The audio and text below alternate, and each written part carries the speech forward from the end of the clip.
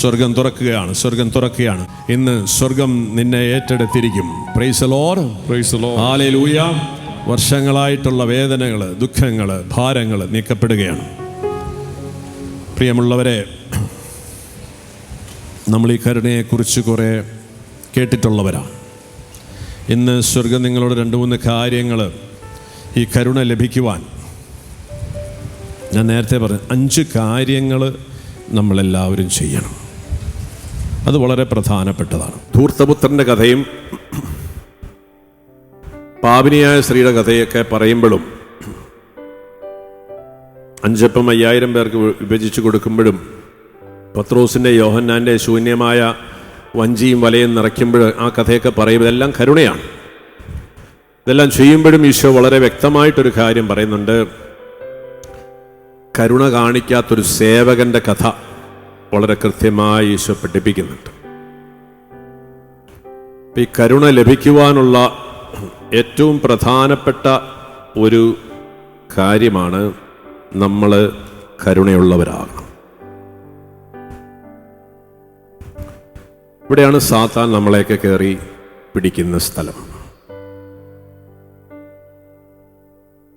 നമ്മളൊക്കെ കരുണ കാണിക്കുന്നവരാണ്. നമുക്ക് വേദനിക്കാത്ത, നഷ്ടങ്ങളുണ്ടാകാത്ത മേഖലകളിൽ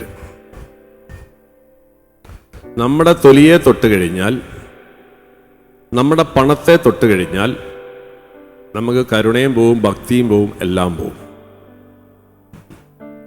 അതായത് നമ്മുടെ അസ്ഥിയെ തൊടുമ്പോഴും നമ്മുടെ സമ്പത്തിനെ തൊടുമ്പോഴാണ് ഈ കരുണ നമ്മൾ മാറ്റി വെക്കുന്നൊരു മേഖല. അല്ലാത്തടത്തൊക്കെ കരുണ കൊടുക്കാൻ നമുക്ക് വളരെ താല്പര്യമാണ്. ഇന്ന് സ്വർഗം, പ്രത്യേകിച്ച് നമ്മളുടെ സാമ്പത്തിക മേഖലകളിൽ നിങ്ങൾ വിടുതലും അനുഗ്രഹം ആഗ്രഹിക്കുന്നവർ, ഒരു കാര്യം വളരെ കൃത്യമായി നമ്മൾ ചെയ്യേണ്ടതുണ്ട്. നമ്മളിൽ നിന്നും കടം വാങ്ങിയിട്ടുള്ളവർ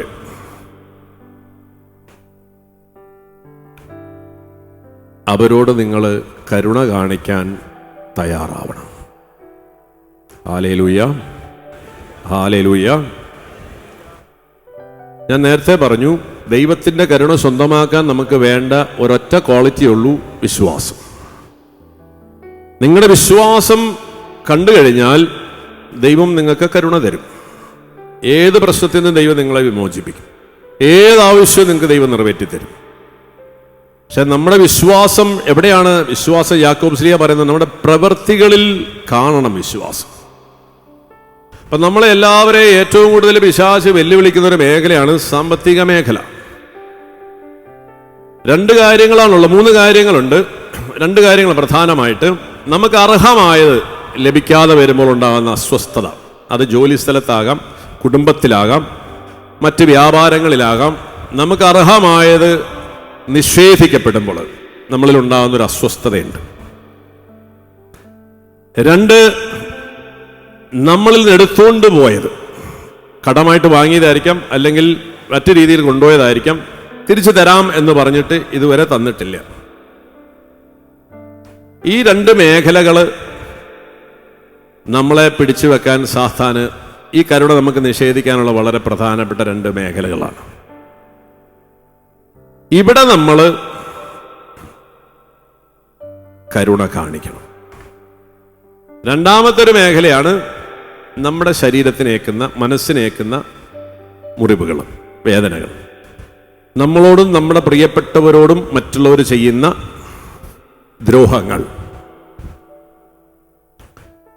ഇവിടെയും നമ്മൾ കരുണ കാണിക്കുവാൻ വിളിക്കപ്പെട്ടിരിക്കുന്നു. Praise the Lord, hallelujah. അപ്പോൾ കരുണ നമുക്ക് ലഭിക്കുവാൻ വേണ്ട ഒന്നാമത്തെ കാര്യമാണ് നമ്മൾ ദൈവത്തിൻ്റെ കാരുണ്യത്തെ പ്രകീർത്തിക്കണം. അതാണ് നമ്മൾ ഈ കഴിഞ്ഞ 1 മണിക്കൂർ നമ്മൾ ചെയ്തുകൊണ്ടിരുന്നത്. വണ്ടർഫുൾ. നിങ്ങളെല്ലാവരും ഒരു പരിധി വരെ അത് ചെയ്തിരുന്നു. അത് നമ്മുടെ വിശ്വാസത്തിൻ്റെ പ്രകടനം കൂടിയാണ്. പരിശുദ്ധ അമ്മ യാതൊരു സാധ്യതയില്ലായിരുന്നിട്ടും അവൾ സ്തുതിച്ചു, അവൾ വിശ്വസിച്ചു, അവൾക്ക് സംഭവിച്ചു. അബ്രാഹാം യാതൊരു സാധ്യതയില്ലായിരുന്നിട്ടും ദൈവത്തെ സ്തുതിച്ച് കീർത്തിച്ച് അത് സ്വന്തമാക്കി. അതുപോലെ നമ്മുടെ ജീവിതത്തിൽ ഇന്നു മുതൽ ഈ സ്തുതിയും നന്ദിയുടെ ഒരു ജീവിതം ആരംഭിക്കണം. അത് എല്ലാം ഭംഗിയായിട്ട് നടക്കും മാത്രമല്ല, നമ്മൾ ചിന്തയ്ക്കും വിചാരങ്ങൾക്കും വിരുദ്ധമായ കാര്യങ്ങൾ നടക്കുമ്പോൾ നമുക്ക് ദൈവത്തെ സ്തുതിക്കാൻ പറ്റണം. അതാണ് പൊട്ടക്കിണറും കാരാഗ്രഹങ്ങളും സിംഹക്കുഴിയും അഗ്നികുണ്ടമൊക്കെ നമ്മളെ പഠിപ്പിക്കുന്നത്. നമുക്ക് പ്രതീക്ഷയ്ക്ക് ഘടകവിരുദ്ധമായതാണ് പൊട്ടക്കിണറ്റിൽ വീണ ജോസഫ്, അഗ്നികുണ്ടത്തിൽ വീണ 3 യുവാക്കന്മാർ, സിംഹക്കുഴിയിൽ വീണ ദാനിയേല്, കാരാഗ്രഹത്തിൽ അടയ്ക്കപ്പെട്ട പൗലോസും ശീലാസും. അവിടെയും അവർ ദൈവത്തിലുള്ള വിശ്വാസത്തെ അവർ പ്രകീർത്തിച്ചു.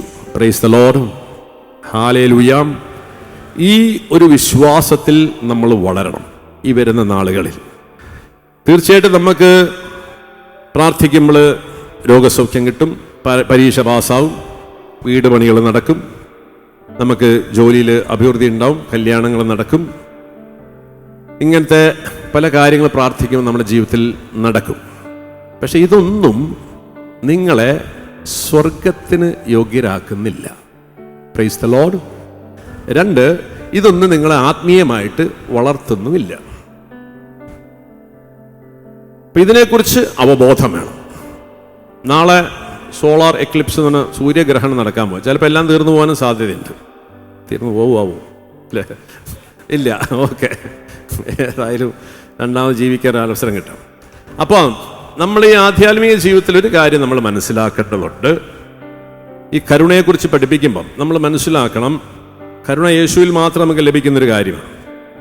അപ്പം നമ്മൾ പ്രാർത്ഥിക്കുമ്പോൾ നമുക്ക് കുറേ അനുഗ്രഹങ്ങൾ കിട്ടും. അതൊന്നും നിങ്ങളെ സ്വർഗത്തിന് യോഗ്യരാക്കത്തില്ല. എനിക്ക് കുറേ അനുഗ്രഹങ്ങൾ കിട്ടിയിട്ട് ഞാൻ നാളെ സ്വർഗത്തിൽ പോകും നിങ്ങൾ വിചാരിക്കരുത്, ഒരിക്കലും പോകില്ല. 2, നിങ്ങളെ പ്രാർത്ഥനയുടെ ഫലമായി നിങ്ങൾക്ക് രോഗസൗഖ്യം കിട്ടിയിട്ടുണ്ടാകാം, കടങ്ങൾ മാറിയിട്ടുണ്ടാകാം, നിങ്ങൾക്ക് പരീക്ഷയ്ക്ക് നല്ല മാർക്ക് കിട്ടിയിട്ടാണ്, നിങ്ങൾക്ക് നല്ല ജോലി കിട്ടിയിട്ടാണ്, നിങ്ങളുടെ പെണ്ണുങ്ങൾ കല്യാണം നടത്തിയിട്ടുണ്ടാകാം. ഇതൊന്നും ആത്മീയമായ ഒരു വളർച്ചയുടെ മാനദണ്ഡമല്ല. കാരണം ഇത് അപ്പുറത്തെ രമേശനും ഇപ്പുറത്തെ ബഷീറിനും സുബൈദയ്ക്കും അപ്പുറത്തെ കമ്മ്യൂണിസ്റ്റുകാരും കിട്ടിയിട്ടുണ്ട്. ഹല്ലേലൂയ. അതൊന്നും ആത്മീയ വളർച്ചയുടെ മാനദണ്ഡമല്ല. എന്ന് വെച്ചാൽ അതൊന്നും വേണ്ടാന്ന് തമ്പുരാൻ പറയുന്നില്ല. നിനക്ക് ആവശ്യമുള്ളത് ചോദിച്ചുകൊള്ളാം. എന്നാൽ ആത്മീയ വളർച്ച എന്ന് പറയുന്നത് നിന്നെ ദ്രോഹിച്ചവരോടും നിന്നോട് അന്യായമായി പെരുമാറിയവരോടും നീ കാണിക്കുന്ന ഔദാര്യപൂർവമായ സ്നേഹത്തിൻ്റെ പ്രവൃത്തികളാണ് നിന്നെ ആത്മീയമായിട്ട് വളർത്തുക. ഹല്ലേലൂയ. ഇവിടെയാണ് നമ്മളൊക്കെ പരാജയപ്പെടുന്നത്. അപ്പം നമ്മൾ ദൈവത്തിൻ്റെ കരുണ വേണം എന്ന് പറയുന്നത് കരുണക്കൊന്തയൊക്കെ ചൊല്ലി ഇങ്ങനെ നടക്കുമ്പോഴും കരുണ വല്ലതും ലഭിക്കാറുണ്ടാ? ഉണ്ടാ? നിങ്ങളുടെ ജീവിതത്തിൽ ദൈവത്തിൻ്റെ കരുണ ലഭിച്ചിട്ടുണ്ടാ? Very good. ഞാൻ എന്നെ ചോദ്യം ചെയ്യാൻ പോകുന്നില്ല. എന്താണ് ഈ കരുണ? യാതൊരു അർഹതയില്ല, യാതൊരു യോഗ്യതയില്ല, യാതൊരു സ്കോപ്പും ഇല്ലാത്ത സ്ഥലത്ത് അത്ഭുതകരമായ രീതിയിൽ ദൈവത്തിൻ്റെ സ്നേഹം ഇടപെടുക. Praise the Lord, hallelujah. ഒരു ചെറിയ അനുഭവം ഞാൻ പറയാം. ഞങ്ങളുടെ ജീവിതത്തിൽ 9ാമത്തെ കുട്ടി 3 മാസത്തിൽ ഞങ്ങൾക്ക് നഷ്ടപ്പെടുന്നുണ്ട്. 10ാമത്തെ കുട്ടി 3 മാസം നഷ്ടപ്പെട്ടു, 11ാമത്തെ കുട്ടി 3 മാസം നഷ്ടപ്പെട്ടു, 12ാമത്തെ കുട്ടി 3 മാസത്തിൽ നഷ്ടപ്പെട്ടു. അല്ല, 9ാമത്തെ കുട്ടി 6 മാസത്തിലാണ് പോകുന്നത്.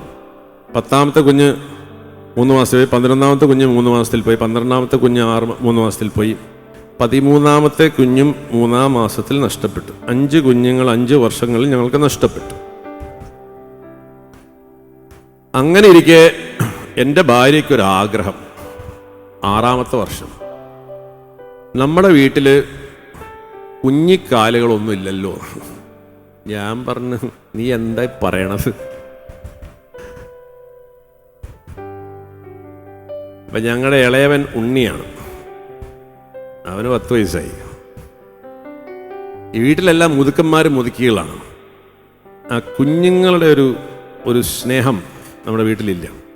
ഞാൻ വെച്ചാൽ നീ എന്താ ഉദ്ദേശിക്കണത്? വേറൊന്നുമില്ല, ഒരു കുഞ്ഞിനെ കൂടി ചോദിച്ചാലോ എന്നൊരാഗ്രഹം. ഞാൻ പറഞ്ഞത് ഇത്തിരി അത്യാഗ്രഹമല്ലേ? സാറായിക്ക് അബ്രാഹത്തിന് 100ാമത്തെ വയസ്സിലുണ്ടാക്കി, സാറായിക്ക് വയസ്സാങ്കാലത്ത് ഉണ്ടാക്കി, എനിക്ക് ഓർമ്മയുണ്ടാകും. പിന്നെ ദൈവത്തിൻ്റെ കരുണയെ ഒരിക്കലും ഞാൻ സംശയിക്കാറില്ലാത്തത് കൊണ്ട് ഞാൻ പറഞ്ഞു, നീ ചോദിക്ക. അവൾ ചോദിച്ചു. അങ്ങനെ എൻ്റെ ഭാര്യയ്ക്ക് 43 വയസ്സായപ്പോഴും എനിക്ക് 46 വയസ്സായപ്പോഴും അവൾ 14ാമത് ഗർഭിണിയായി. ഹല്ലേലൂയ. ഹല്ലേലും വയ്യാന്നല്ല, ഹല്ലേലൂയ. അങ്ങനെ തന്നെ. അപ്പോൾ നിങ്ങൾക്ക് കേൾക്കുമ്പോൾ ഒരു തമാശയായിട്ട് തോന്നും, പക്ഷെ ഞങ്ങൾക്ക് തമാശ അല്ല, എനിക്കൊരു തമാശ ആയിരുന്നു. ഞാൻ വിചാരിച്ച് ദൈവമേ പണി പാളുവോ. കാരണം എന്താണെന്ന് വെച്ച് കഴിഞ്ഞാൽ, ഈ പ്രസവ സമയത്ത് എൻ്റെ ഭാര്യയ്ക്ക്, അവൾക്ക് ഓൾറെഡി പ്രഷറുണ്ട്, ഇതങ്ങ് വർദ്ധിക്കും. വർദ്ധിച്ചാലത്തെ പ്രശ്നം എന്ന് വെച്ച് കഴിഞ്ഞാൽ അടിച്ചു പോകും, അത്രേ ഉള്ളൂ, വേറെ പ്രശ്നമൊന്നുമില്ല. അങ്ങനെ ഇരിക്കുമ്പോഴാണ് ഇങ്ങനൊരു ആഗ്രഹം പ്രകടിപ്പിക്കുന്നത്. ആകട്ടെ അങ്ങനെ ഗർഭിണിയായപ്പോൾ ഞാൻ ഞെട്ടി, ദൈവമേ ഇത് വലിയ പരീക്ഷണമാവോ. സാരമില്ല, നമുക്ക് ദൈവത്തിൻ്റെ കാരുണ്യത്തിൽ പ്രകീർത്തിക്കുന്നവരാണല്ലോ നമ്മൾ. നമ്മുടെ ആരെയും യോഗ്യത കൊണ്ട് ഇത് കിട്ടില്ല. കഴിഞ്ഞ 5 കുഞ്ഞുങ്ങൾ പോയത് അങ്ങനെയാണ്, കിട്ടിയില്ല, എന്ത് വിളി കളിച്ചും കിട്ടിയില്ല. അങ്ങനെ ദൈവത്തിൻ്റെ കാരുണ്യത്തിൽ പരിപൂർണ്ണ ശരണപ്പെട്ടു. ഞങ്ങളുടെ കപ്പാസിറ്റിയോ കഴിവോ പ്രാർത്ഥനയോ ഒന്നുമില്ല. അങ്ങനെ ആദ്യമായിട്ട് ഞങ്ങളുടേതായിട്ടുള്ള യാതൊരു സുഹൃത്തുക്കളിലും ശരണപ്പെടാതെ ഞങ്ങൾ പരിപൂർണമായ ദൈവത്തിൽ ആശ്രയിച്ചു. ആ കുഞ്ഞ് വളരാൻ തുടങ്ങി. 4 മാസം കഴിഞ്ഞപ്പോൾ ഞങ്ങൾ ഡോക്ടറെ കാണിച്ചു. അപ്പോൾ ഡോക്ടർ ചോദിച്ചു, എന്താണ് കാണിക്കാൻ വൈകിയത്? ഞങ്ങൾ പറഞ്ഞു, സാധാരണ 3 മാസത്തിൽ പോകാറുണ്ട്, ഇത് പോയെങ്കിലോ. പിന്നെ വെറുതെ നമ്മൾ കുറേ ചടങ്ങൊക്കെ കേൾക്കണം, പിന്നെ ഡോക്ടറുടെ വായിലിരിക്കാൻ നമ്മൾ കേൾക്കണമല്ലോ. അപ്പോൾ അതുകൊണ്ടൊന്നും ആക്കിയതാണ്. അപ്പോൾ ഡോക്ടർ പറഞ്ഞു, 4 മാസം കഴിഞ്ഞാ, എന്നാലൊരു ഹിസ്റ്ററിയിൽ ഒരു 6 മാസത്തിൽ പോകുന്നുണ്ട്, അതുകൊണ്ട് അതുകൂടി കഴിഞ്ഞിട്ട് നമുക്ക് എന്തെങ്കിലും തീരുമാനിക്കാം. എന്നാൽ പിന്നെ അങ്ങനെ ആട്ടെ. അങ്ങനെ ഞങ്ങൾ വീണ്ടും മുമ്പോട്ട് പോയി. 6-ാം മാസവും കഴിഞ്ഞു. അപ്പോൾ ഡോക്ടർ ഒന്ന് ഉഷാറായി. ഡോക്ടർ അതുവരെ ഡെലിവറി ഡേറ്റ് എഴുതിയിട്ടില്ല, കാരണം ഇത് നടക്കാത്ത കാര്യമാണെന്ന് പറഞ്ഞിരിക്കും. ഒരിക്കലും സംഭവിക്കത്തില്ല, കാരണം അതിന് മുമ്പ് 5 എണ്ണം പോയതാണ്. അപ്പോൾ 5 എണ്ണം അല്ല, അതിന് മുമ്പ് വേറെ 2 എണ്ണം കൂടി പോയിട്ടുണ്ട്, 7 എണ്ണം പോയിട്ടുണ്ട് കേട്ടോ. 5-ാമത്തെ 7-ാമത്തേന് മുമ്പ് പോയിട്ടുണ്ട്. അപ്പോൾ ഡോക്ടർ ഇതെല്ലാം നോക്കിയിട്ട് പറഞ്ഞു, വെറുതെ നമ്മൾ ഡേറ്റൊക്കെ ഇട്ട് വെറുതെ ആശിക്കേണ്ട കാര്യമില്ല, അത് കിടക്കും പോകുന്നില്ല. പക്ഷെ 7-ാം മാസം കഴിഞ്ഞപ്പോൾ ഡോക്ടർ പറഞ്ഞു, ഇത് പോണില്ലല്ലോ. ഞാൻ പറഞ്ഞത് പോവില്ല. അതെന്താണ്? ഇത് സ്പെഷ്യലാണ്. അതെന്താ അങ്ങനെ പറയാം? ഒരു ഹിന്ദു ഡോക്ടറാണ്. ഇത് ദൈവത്തിൻ്റെ കരുണയാണ്. എന്താണ് കരുണ? ഓക്കെ, എന്നാൽ പിന്നെ നമുക്ക് നോക്കാം. 8-ാം മാസം വരെ എത്തിയാൽ നമുക്ക് ശരിയാക്കാന്ന് പറഞ്ഞു. അങ്ങനെ 8-ാം മാസമായി. 8-ാം മാസം വരെ ഞങ്ങളിങ്ങനെ പോയി. അപ്പം നല്ല പ്രഷറാണ്. പ്രഷർ ഏകദേശം ഒരു 220/180 എത്തി. ഇനി മുമ്പോട്ട് കയറിയാൽ ഒന്നുകിൽ കിഡ്നി അടിച്ചു പോവും, അല്ലെങ്കിൽ ഹാർട്ട് അറ്റാക്ക് വരും, അല്ലെങ്കിൽ സ്ട്രോക്ക് വരും. ഇതിൽ 3-ൽ ഏതെങ്കിലും ഒരു സാധനം ഉറപ്പാണ്. അപ്പം അങ്ങനെയൊക്കെ നിൽക്കുമ്പോൾ അവസാനം ഡോക്ടർ കാര്യം പറയും, നമുക്ക് നാളെ സർജറിയാണ്, അതിന് 2 ദിവസം, മറ്റന്നാൾ 2 ദിവസം നമ്മൾ ഇച്ചിരി ഡോസ് കൂടിയ മരുന്ന് കൊടുക്കുകയാണ്, നമ്മൾ പ്രഷർ ഒന്ന് താഴ്ത്തണം, എന്നിട്ട് നമുക്ക് സർജറി നടത്തി കൊച്ചിനെ പുറത്തെടുക്കാം. ഓക്കെ. അപ്പം അതിനു മുമ്പ് ഒരു സ്കാനിങ് നടത്തണം എന്ന് പറഞ്ഞു. ഞാൻ പറഞ്ഞു ആയിക്കോട്ടെ. അതിനു മുമ്പ് സ്കാനിങ് പറഞ്ഞായിരുന്നു കേട്ടോ. സ്കാനിങ് പറയുമ്പോൾ എന്താണെന്ന് വെച്ച് കഴിഞ്ഞാൽ, ഡോക്ടർ ചോദിച്ചു, ഞാൻ ചോദിച്ചു, എന്തിനാ സ്കാൻ ചെയ്യുന്നേ?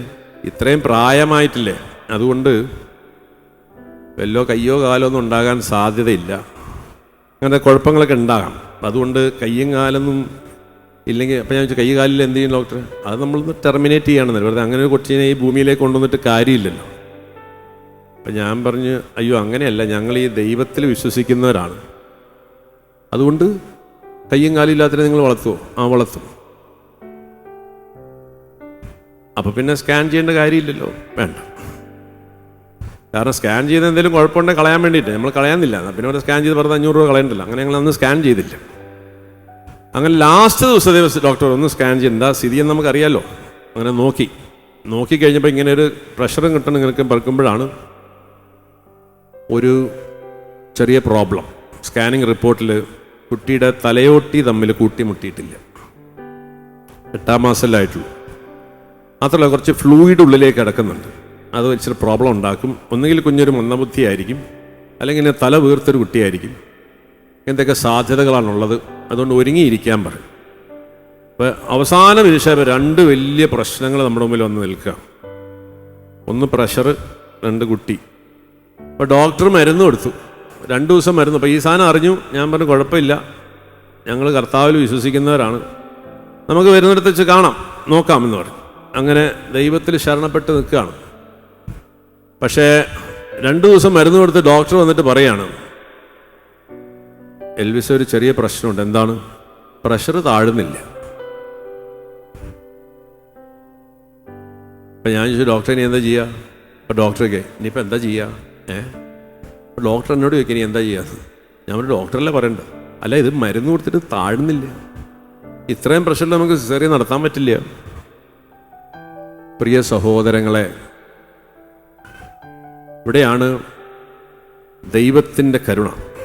കാരണം ഇങ്ങനത്തെ ഒരു സിറ്റുവേഷനിൽ നമ്മളിന്ന് സഹായിക്കാൻ ഈ ലോകത്തിൽ ആർക്കും പറ്റില്ല. Nobody. ചിലപ്പോഴെങ്കിലും നമ്മളെ സഹായിക്കാമെന്ന് പറയുന്നവർ, എന്നെ സഹായിക്കുന്ന ഒരു വൈദികനുണ്ട്, നല്ലൊരു ഗിഫ്റ്റുള്ളൊരു അച്ഛനാണ്.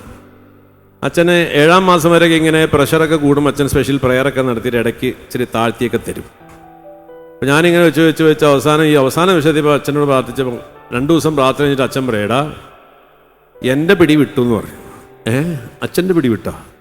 പിന്നെന്താ ചെയ്യുക? എന്ത് ചെയ്യാനാ? നീ എന്തേലും ചെയ്യാൻ പറഞ്ഞു. അപ്പോൾ അച്ഛനും കൈവിട്ടു, എല്ലാവരും കൈവിട്ടു. അപ്പം ഈ സമയത്താണ് നമ്മൾക്ക് വിശ്വാസം നമ്മൾ പ്രകടിപ്പിക്കേണ്ടത്. ഹല്ലേലൂയ. നമ്മുടെ എല്ലാ സിറ്റുവേഷൻസും നമുക്കെതിരാണ്. മെഡിക്കൽ സയൻസ് നമ്മുടെ കണ്ണുകൊണ്ട് കാണുന്നത്, പ്രാർത്ഥനയെ സഹായിക്കുന്നവർ പറയുന്നവർ എല്ലാവരും കൈവടിയാണ്. എല്ലാവരും കൈവിട്ട് നിൽക്കുന്ന ഒരു സമയം.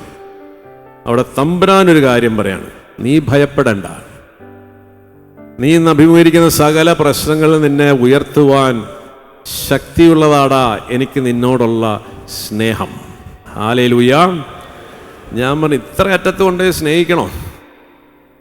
കുറച്ച് മുമ്പേ ആ സ്നേഹം ഒന്ന് പ്രകടിപ്പിച്ചിരുന്നേ കുഴപ്പമില്ല. കാരണം ഇത്രയ്ക്ക് ടെൻഷൻ അടിപ്പിക്കേണ്ട കാര്യമില്ല. ആ വചനം നമ്മളിലേക്ക് കടന്നു വരികയാണ്. മലകൾ നീക്കപ്പെട്ടേക്കാം, കുന്നുകൾ മാറ്റപ്പെട്ടേക്കാം, എങ്കിലും എനിക്ക് നിന്നോടുള്ള സ്നേഹം മാറ്റമില്ലാത്തതാണ്. നീ വിശ്വസിക്കുന്നുണ്ടോ? Yes Lord, I believe. പിന്നെ അതിൻ്റെ കൂടെ ഒരമ്മയും തന്നിട്ടുണ്ട്. കാരണം ഞാൻ ഒരിക്കലും എൻ്റെ പ്രാർത്ഥനയിലോ നാട്ടുകാരുടെ പ്രാർത്ഥനയിലോ ഒരിക്കലും ശരണപ്പെടാറില്ല. ഞാൻ എൻ്റെ അമ്മയിൽ മാത്രമാണ് ശരണപ്പെടാറുള്ളത്.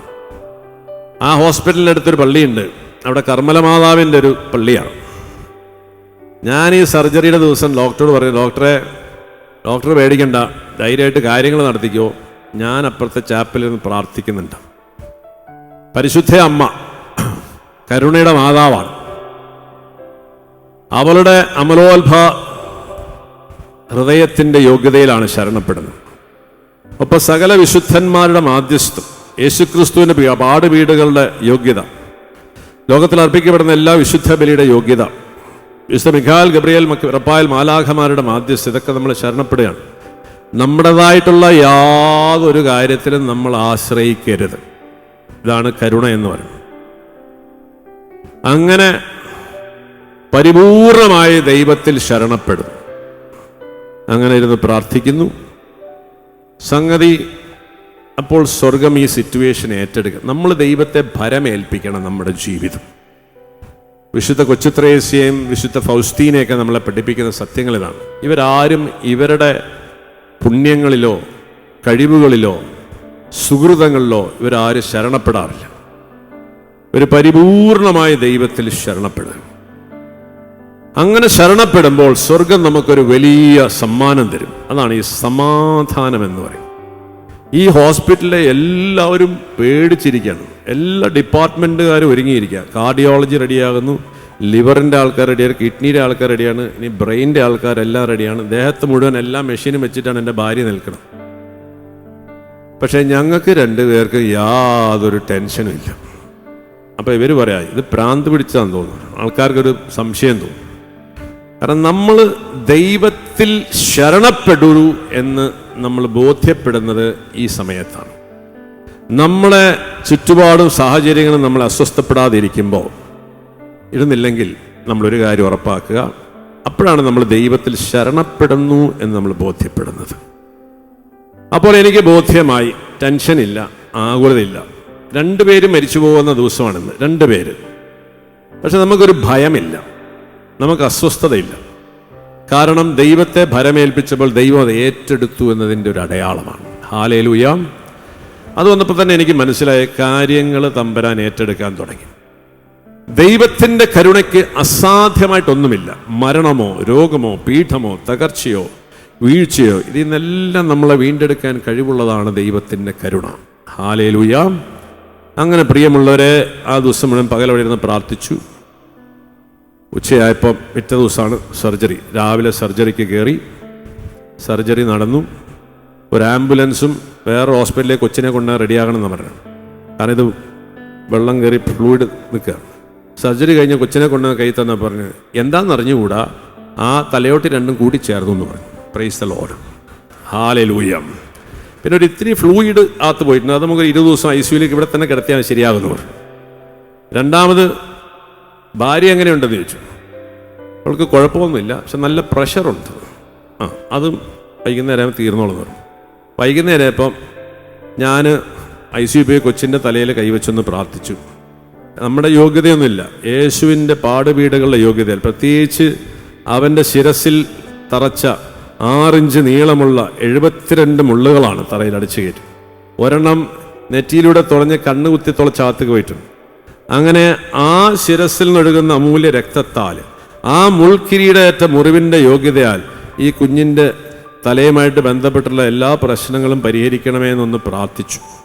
വൈകുന്നേരമായപ്പോൾ കുഞ്ഞിനെ എൻ്റെ കയ്യിൽ കിട്ടി. അവൾ പരിപൂർണമായ സൗഖ്യം പ്രാപിച്ചു. ഭാര്യനെയും കയ്യിൽ കിട്ടി. റൂമിലെത്തി. Praise the Lord.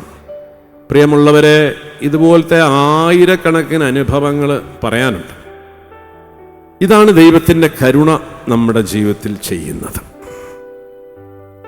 അത്ഭുതങ്ങളാണ്. എന്നാൽ ഈ കരുണ ലഭിക്കണമെന്നുണ്ടെങ്കിൽ ഞാൻ നേരത്തെ പറഞ്ഞതുപോലെ 7 കാര്യങ്ങൾ വളരെ അത്യാവശ്യം.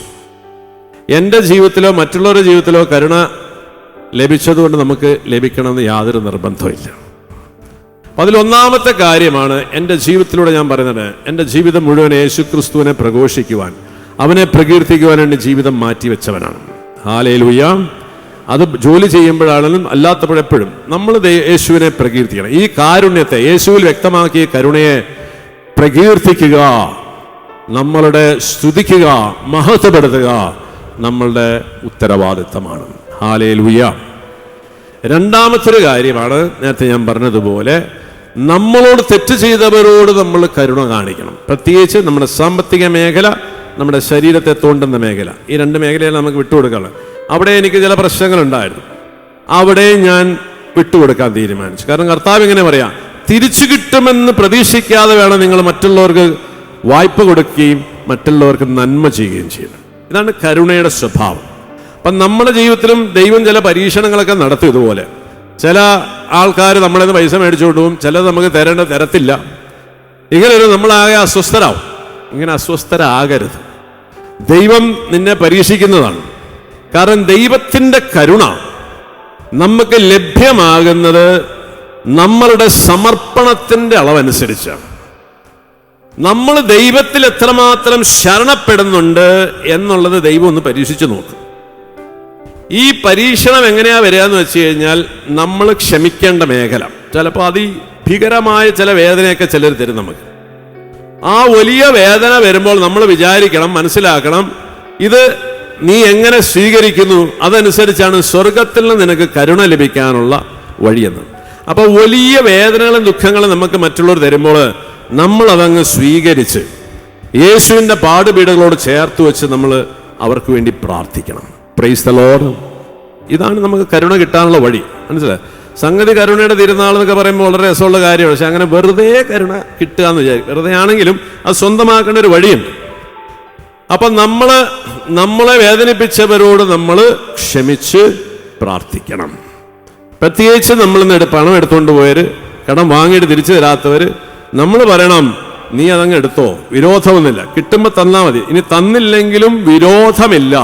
കാരണം നീ കൊണ്ടുപോയതിനേക്കാൾ 1000 മടങ്ങ് തരാൻ കഴിവുള്ള ഒരു അപ്പനിലാണ് ഞാൻ വിശ്വസിക്കുന്നത്.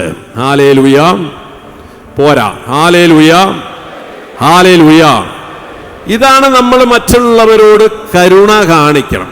അപ്പൊ നിങ്ങൾക്ക് എത്രത്തോളം നിങ്ങളുടെ കരുണയുടെ പാത്രം, ഇന്നത്തെ ദിവസം ഏറ്റവും വലിയ കരുണ ഒഴുകുന്ന ദിവസമാണ്. അപ്പൊ ഇന്ന് നിങ്ങളുടെ പാത്രം എത്ര വലുതാണ്. ഞാനിന്ന് വലിയൊരു പാത്രമായിട്ട് ഇവിടെ നിൽക്കുന്നത്, വലിയൊരു പാത്രം. കാരണം ഒരു 2-3 വ്യക്തികൾക്ക് കുറച്ച് പണം ഞാൻ കൊടുക്കാനിടയായി. കൊടുക്കാന്ന് പറഞ്ഞു കഴിഞ്ഞാൽ വെറുതെ കൊടുക്കല്ല, എൻ്റെ കയ്യിൽ പണമില്ല, ഞാൻ വേറൊരാളുടെ നിന്ന് മേടിച്ചു കൊടുക്കുകയാണ്.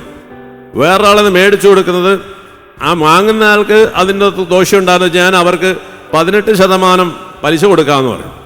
പക്ഷേ വാങ്ങിച്ച് കൊടുക്കുന്നതിന് 18 കൊടുക്കാനായിട്ട് ബോധ്യം പറ്റാത്തതുകൊണ്ട് ഞാൻ പറഞ്ഞു നീ 15 കൊടുത്താൽ മതി, 3 ഞാൻ ഇട്ടോളാം എന്ന് പറഞ്ഞു. അങ്ങനെ ഞാൻ 3 ഇടും, നീ 15 ഇടും, അങ്ങനെ അയാൾക്ക് 18 കിട്ടും, നിന്റെ കാര്യം നടക്കും, അവർക്കും കാര്യങ്ങൾ നടക്കും. ഇങ്ങനെ കൊടുക്കുകയാണ്. ഇങ്ങനെ കൊടുത്ത് കുറച്ച് കഴിഞ്ഞപ്പോൾ കൊടുത്തവനും ഇല്ല വാങ്ങിയവനും ഇല്ലാത്ത സ്ഥിതിയാണ്. അപ്പോൾ കുറച്ച് കഴിഞ്ഞപ്പോൾ വാങ്ങിച്ച ആൾ പറയാണ് അപ്പോൾ ഈ പലിശ കൊടുക്കണം. ഈ 18% നമ്മൾ കൊടുത്തുകൊണ്ടിരിക്കുകയാണ്. ഈ വാങ്ങിച്ചവൻ ഇതിനെക്കുറിച്ച് യാതൊരു ബോധറേഷനും ഇല്ല. അപ്പോൾ അങ്ങനെ കൊടുത്തു വാങ്ങിച്ചതിൻ്റെ തന്നെ ഏകദേശം ഒരു 3/4% തന്നെ പലിശ നമ്മൾ കൊടുത്തു. ഒരു 3-4 കൊല്ലമായി. അപ്പോഴാണ് വാങ്ങിയ ആൾ പറയാം, എനിക്ക് ആ കൊടുത്തതിന് കുറച്ച് തന്നാൽ ഉപകാരമായിരുന്നു, എനിക്കൊരു 10 ലക്ഷം കിട്ടിയ ഉപകാരമായിരുന്നു. അപ്പം നമ്മൾക്കറിയാം ഇവൻ പലിശ പോലും കൊടുക്കാത്തവരോട് നമ്മളിനി 10 ലക്ഷം ചോദിച്ചാൽ പറ്റത്തില്ലല്ലോ. അപ്പം ഇനി ചെയ്യാവുന്നൊരു കാര്യം എന്താണ്, നമ്മൾ അടുത്തൊരു ലോൺ എടുക്കുകയാണ്. ആ ലോണിൻ്റെ പലിശ 20%. അങ്ങനെ ആ ലോൺ എടുത്ത് നമ്മൾ ഈ 10 ആദ്യം കൊടുക്കുകയാണ്. അപ്പോൾ അയാൾ ഹാപ്പിയായി, പിന്നെ ബാക്കിയുള്ളതിന് പലിശ കൊടുത്താൽ മതി. അങ്ങനെ പോയിക്കൊണ്ടിരിക്കുക വീണ്ടും ഒരു 5-8 മാസം കഴിഞ്ഞപ്പോൾ ഇയാൾ പറഞ്ഞു ഒരു 10 കൂടി കിട്ടിയാൽ കുഴപ്പമില്ലായിരുന്നു. വീണ്ടും അടുത്തൊരു ലോൺ നമ്മൾ എടുക്കുകയാണ്, അതെടുത്ത് വീണ്ടും നമ്മൾ കൊടുക്കുകയാണ്. അപ്പം ഇതെല്ലാം കൊടുത്തുകൊണ്ടിരിക്കുക നമ്മളുടെ സാമ്പത്തിക മേഖല അങ്ങോട്ട് ഞെരുങ്ങി. കാരണം നമ്മളൊരു സുനിശ്ചിതമായ ഒരു റെസ്ട്രിക്റ്റഡ് എമൗണ്ടിലാണ് ഞാൻ എൻ്റെ ജീവിതം നയിക്കുന്നത്. എൻ്റെ മുകളിലേക്ക് ഞാൻ പൈസ ഉപയോഗിക്കാറില്ല. അപ്പോൾ ആ എമൗണ്ടിൽ ഉള്ളിൽ ജീവിക്കണം. അപ്പം അങ്ങോട്ട് നമ്മൾ ഞെരുങ്ങുമ്പോൾ അറിയാതെ നമ്മുടെ കരുണയുടെയൊക്കെ സ്വഭാവം ചിലപ്പോൾ അങ്ങോട്ട് മാറാൻ സാധ്യതയുണ്ട്. അപ്പം നമുക്ക് തോന്നും, എടാ ഇവനോടൊക്കെ ഒന്ന് പറഞ്ഞാൽ എങ്ങനെയാണ്, പിന്നെ എന്തുട്ട് കരുണയാണ് ഈ പ്രഘോഷിക്കുന്നതെന്നാണ് ചോദ്യം. സാരമില്ല, കൊടുക്കാം, ഹല്ലേലൂയ പറയണം. അങ്ങനെ ഹല്ലേലൂയ പറഞ്ഞുകൊണ്ടിരിക്കുന്നു. വീണ്ടും ഒരു 3-4 മാസം കഴിഞ്ഞപ്പോൾ അയാൾ പറയാം ഒരു 10 കൂടി കിട്ടിയാൽ പറയാം. ദൈവം അപ്പം നിങ്ങൾ വിചാരിക്കുന്നത് എന്തോരം ഉണ്ടെന്നില്ല, അത് ഞാൻ പറയുന്നില്ല. ഒരു 10 കൂടി കൊടുക്കണം. വീണ്ടും ഒരു കടം കൂടി എടുക്കുകയാണ്. അപ്പോഴത്തേക്കും നമ്മളുടെ വരുമാനങ്ങൾ മുഴുവൻ അങ്ങോട്ട് ഇങ്ങനെ ഞെരുങ്ങും. ചില സമയത്ത് ഞാൻ നേരത്തെ പറഞ്ഞ പോലെ ICUവിൽ കിടക്കുന്ന അമ്മയെ നഷ്ടപ്പെടും, കുഞ്ഞും നഷ്ടപ്പെടും. ഇത് രണ്ടും നഷ്ടപ്പെടുമ്പോഴും നിനക്ക് ദൈവത്തിൽ വിശ്വാസമുണ്ടോ എന്ന് തമ്പുരാൻ ചോദിക്കും. ഹല്ലേലൂയ. ഈ വിശ്വാസത്തിൻ്റെ അളവാണ് നിനക്ക് സ്വർഗത്തിൽ നിന്ന് കാര്യങ്ങൾ ലഭിക്കുന്ന അളവ്.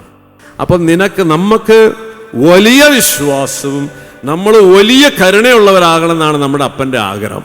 Price the Lord. ഹല്ലേലൂയ.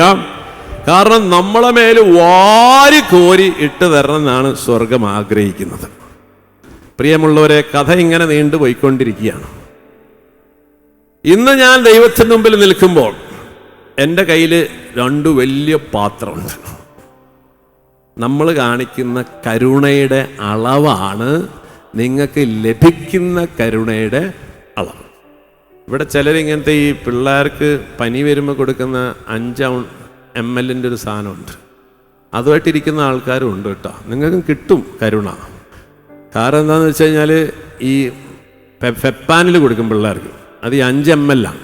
ആ പാത്രമായിട്ടിരിക്കരുത്. ഓക്കെ. ഇന്ന് ദൈവത്തിൻ്റെ കരുണ അർഹതയില്ലാത്തതും അവകാശമില്ലാത്തതും തിരിച്ചു വരുന്ന ധൂർത്തപുത്രനെ വാരിക്കോരി അനുഗ്രഹിച്ച ഒരപ്പൻ ഇന്ന് നമ്മളെ അനുഗ്രഹിക്കാൻ പോവാണ്. ആ അനുഗ്രഹം വാങ്ങുമ്പോൾ ഇവിടെ ഏറ്റവും കൂടുതൽ വേദനയും ബാധ്യതയുള്ള വ്യക്തിക്കാണ് ഇന്ന് ഏറ്റവും വലിയ കരുണ ലഭിക്കാൻ പോകുന്നത്. Price the Lord. ഹല്ലേലൂയ. അപ്പം നിങ്ങളിവിടെ വന്ന് ഇരിക്കുമ്പോൾ ചിലപ്പോൾ വലിയ ഭാരത്തോടെ ആയിരിക്കുക. നിങ്ങൾ ഭാരപ്പെടണ്ട. നിങ്ങളുടെ പാത്രം എത്ര വലുതാണോ അത്രമാത്രം കരുണ നിങ്ങൾക്ക് കിട്ടും. Price the Lord. പക്ഷേ ഈ മനോഭാവം കറക്റ്റായിരിക്കണം. നമുക്കിനി ആരോടും ചോദിക്കാൻ പാടില്ല. ഞാൻ ആദ്യം പറഞ്ഞതുപോലെ നമ്മളെ വേദനിപ്പിച്ചവരും ദ്രോഹിച്ചവരും ഇനി ആരോടും നമ്മൾ കുറ്റം പറയാൻ പോകുന്നില്ല, ആരോടും പരിഭവം പറയാൻ പോകുന്നില്ല. ഇതെല്ലാം എൻ്റെ കുറവാണ്, എൻ്റെ വിശുദ്ധീകരണത്തിന് ദൈവം അനുവദിച്ചതാണ് എന്ന് വിശ്വസിച്ചുകൊണ്ട് നമ്മൾ ഇതിനെല്ലാം ഓർത്ത് ദൈവത്തിന് നന്ദി പറയാൻ പറ്റുമെങ്കിൽ നിങ്ങൾക്ക് നല്ലൊരു പാത്രം കിട്ടും. Price the Lord. ഹല്ലേലൂയ.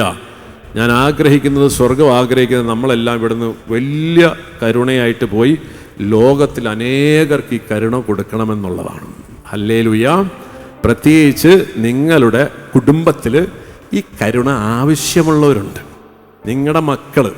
കാരണം അവർക്കൊന്നും ഈ കരുണ സ്വന്തമാക്കാനുള്ള കപ്പാസിറ്റി ഇല്ല. ഇവിടെയാണ് ഞാൻ ആദ്യം പറഞ്ഞൊരു വചനം, കൊളോസ്യർ 1:24.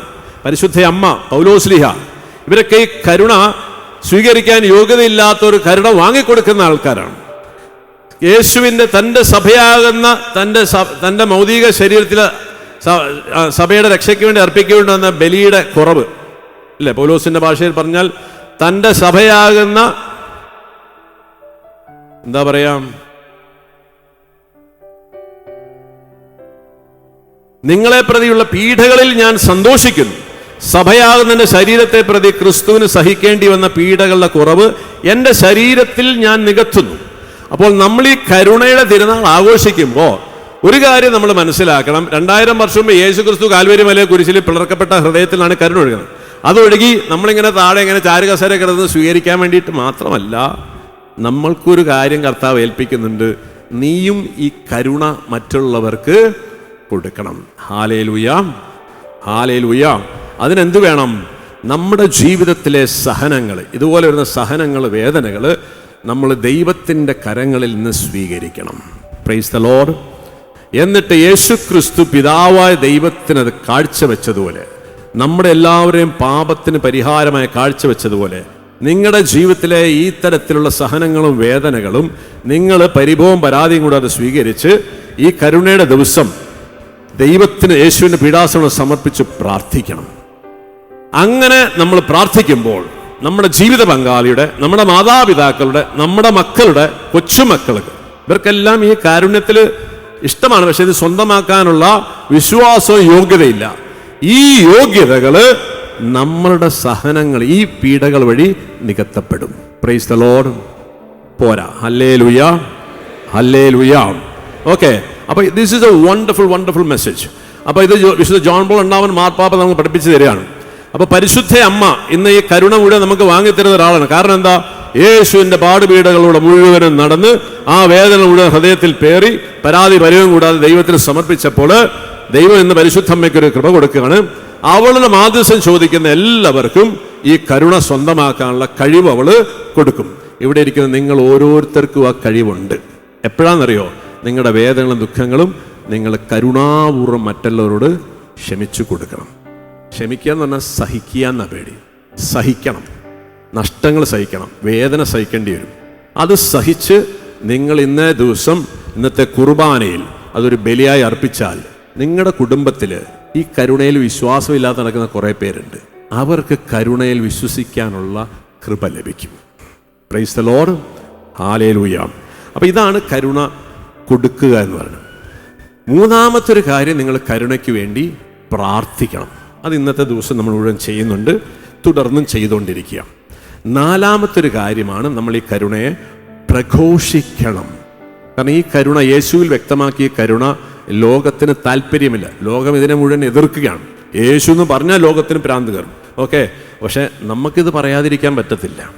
കാരണം അവനിൽ മാത്രമേ രക്ഷയുള്ളൂ, അവനിൽ മാത്രമേ പാപമോചനമുള്ളൂ, അവനിൽ മാത്രമേ നിത്യരക്ഷ സ്വന്തമാക്കാൻ സാധിക്കൂ. അപ്പം അത് നമ്മൾ പ്രഘോഷിക്കണം. കാരണം യേശു ഭൂമിയിൽ വന്നിട്ട് ഈ കരുണയെല്ലാം കാണിക്കുമ്പോഴും, കുഷ്ഠരോഗിയോടും തളർവാദ രോഗിയോടും 5 അപ്പം 5000 പേർ കൊടുക്കുമ്പോഴും, പത്രോസിൻ്റെ യോഹന്നാൻ്റെ വഞ്ചിയിലെ മീൻ നിറയ്ക്കുമ്പോഴും ഒരു കാര്യം യേശു പറഞ്ഞിരുന്നു, മോനെ ഇതെല്ലാം കഴിഞ്ഞ് നീ എൻ്റെ പുറകെ വരണം.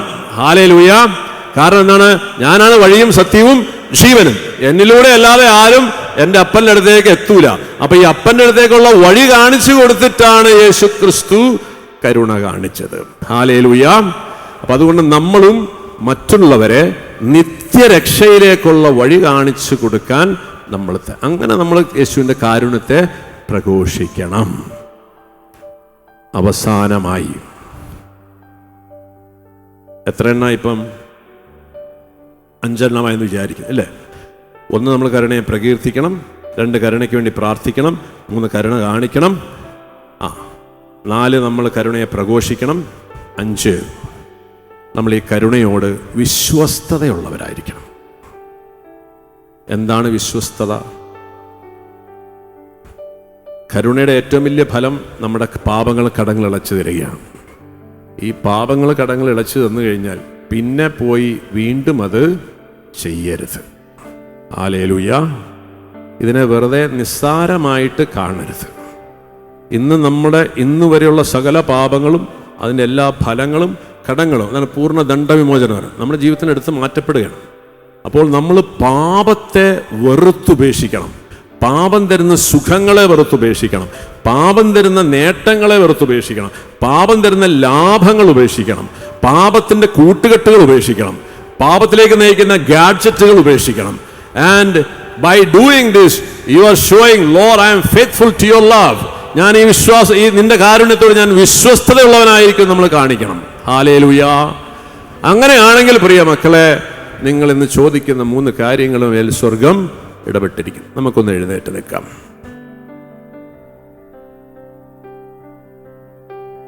അപ്പൊ ഇങ്ങനെ നമ്മൾ ദൈവത്തിൽ വിശ്വസിക്കണം, ശരണപ്പെടണം.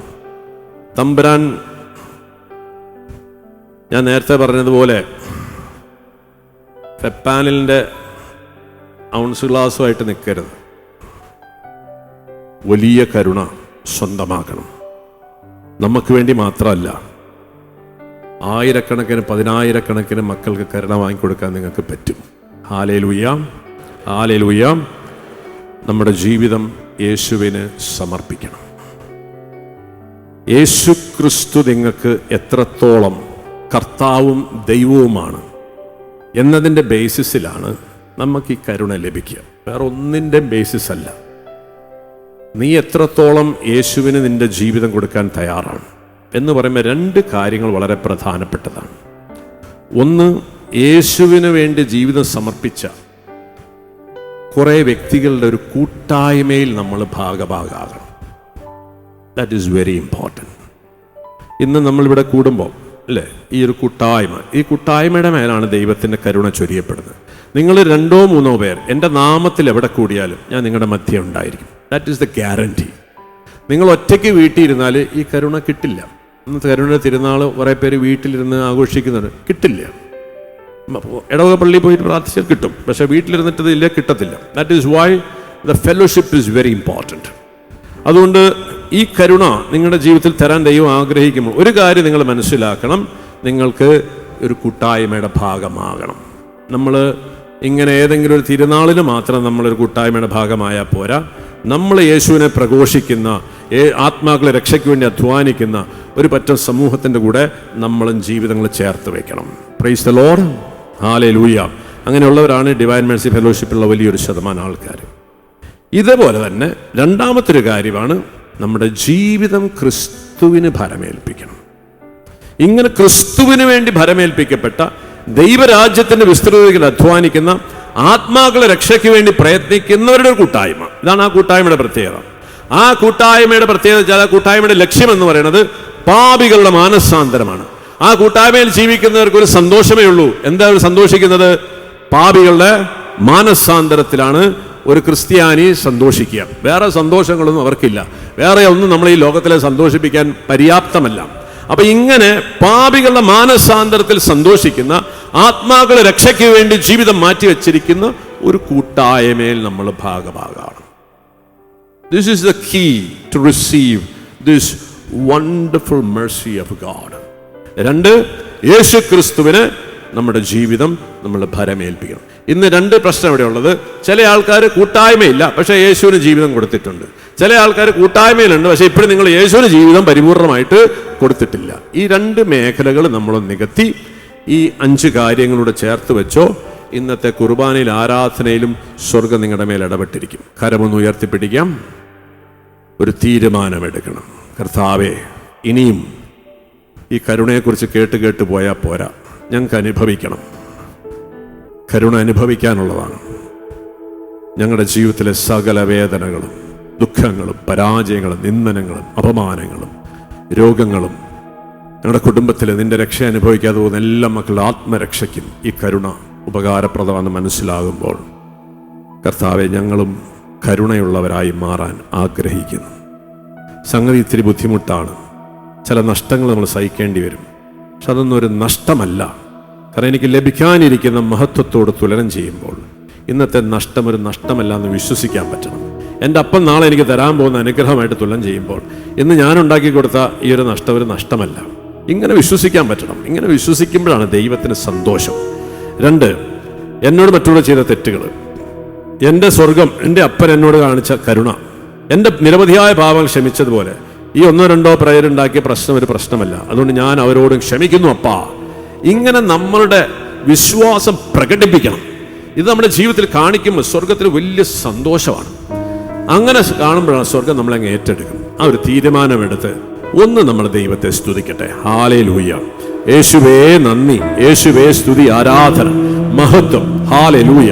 Thank you Lord, thank you Lord, thank you Lord, thank you Lord, thank you Jesus. ഏറ്റെടുക്കണം, ഏറ്റെടുക്കണം, ഏറ്റെടുക്കണം. കൃപ തരണം, ശക്തിപ്പെടുത്തണം, അഭിഷേകം തരണം. ഇന്ന് ഞങ്ങൾ കരുണയെ കുറിച്ച് കേട്ടാൽ പോരാ, കരുണ അനുഭവിക്കുന്ന മക്കളായി ഞങ്ങൾ മാറണം. അത്ഭുതങ്ങൾ നടക്കണം കർത്താവേ. ഒരിക്കലും സംഭവിക്കില്ല എന്ന് പറയുന്ന കാര്യങ്ങൾ സംഭവിക്കുമെന്ന് ഞങ്ങൾ വിശ്വസിക്കുകയാണ്. ദൈവത്തിന്റെ കാരുണ്യത്താൽ ഞങ്ങളുടെ ജീവിതത്തിൽ അത് സംഭവിക്കാൻ ഞങ്ങൾ വിശ്വസിച്ചുകൊണ്ട് ഞങ്ങൾ അങ്ങ് നന്ദി പറയുന്നു, ഞങ്ങൾ അങ്ങേ സ്തുതിക്കുന്നു.